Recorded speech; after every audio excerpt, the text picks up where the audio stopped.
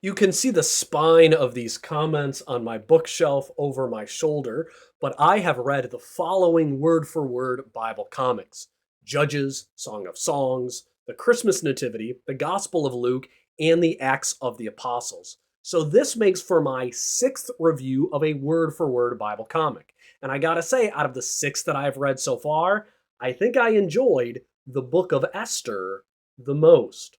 The story of Esther, in its length, drama, and foreign context that we aren't accustomed to really seeing good biblical imagery for, made this one an especially enjoyable read.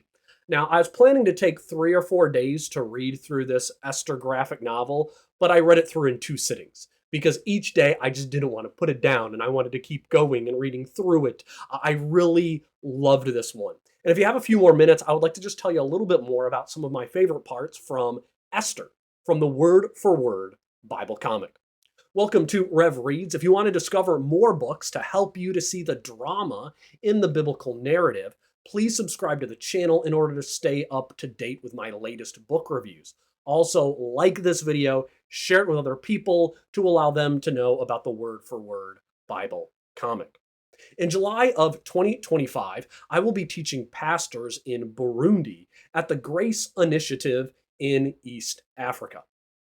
Each year, Grace Life Ministries hosts a pastoral training for 100 to 120 pastors in Burundi, which is infamous for being the poorest nation in the world.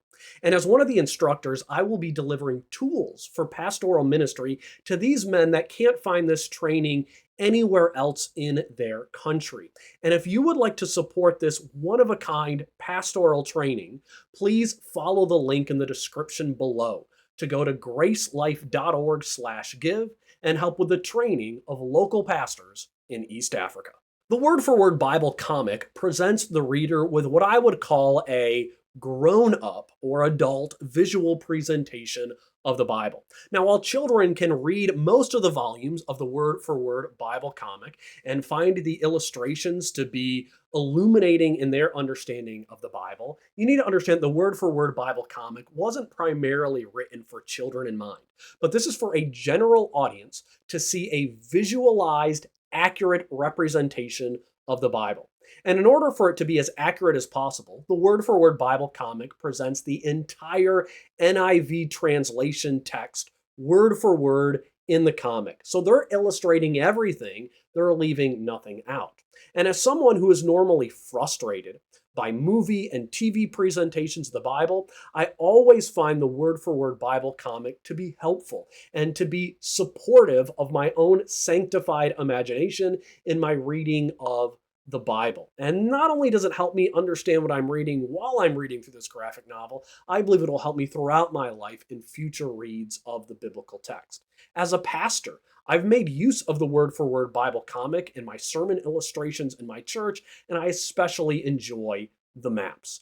For instance, in Esther, you begin with this really high quality map that shows you the breadth of the Persian Empire during the days of Xerxes. It really helps the reader to see the grand scope of the power that was held by Xerxes in this time period. And then what is great about the images throughout this graphic novel in particular is how Persian the pictures are. It shows you what the architecture looked like of this great empire, to their very unusual wine goblets. I didn't picture those things in my head when I was first reading through Esther. Then to the brutality of Persian impalement. And speaking of which, most of us, when we read that Mordecai was to be hung by Haman, we would normally think of the gallows. But Mordecai wasn't to be hung by a Haman's noose, but in the Persian world, someone was hung when a man's body was thrust onto a giant spike. Ugh. And the Word for Word Bible comic allows you to, in a way that is much closer to reality, picture the Persian world, both in the splendor of the emperor to the brutality of the time period. And one of my favorite parts of this comic was being able to visually see two things in particular.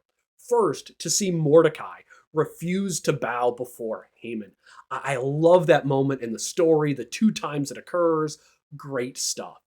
And then probably my favorite image in the whole graphic novel was when Esther, determined, that even if it would cost her her own life, she was going to go before the king.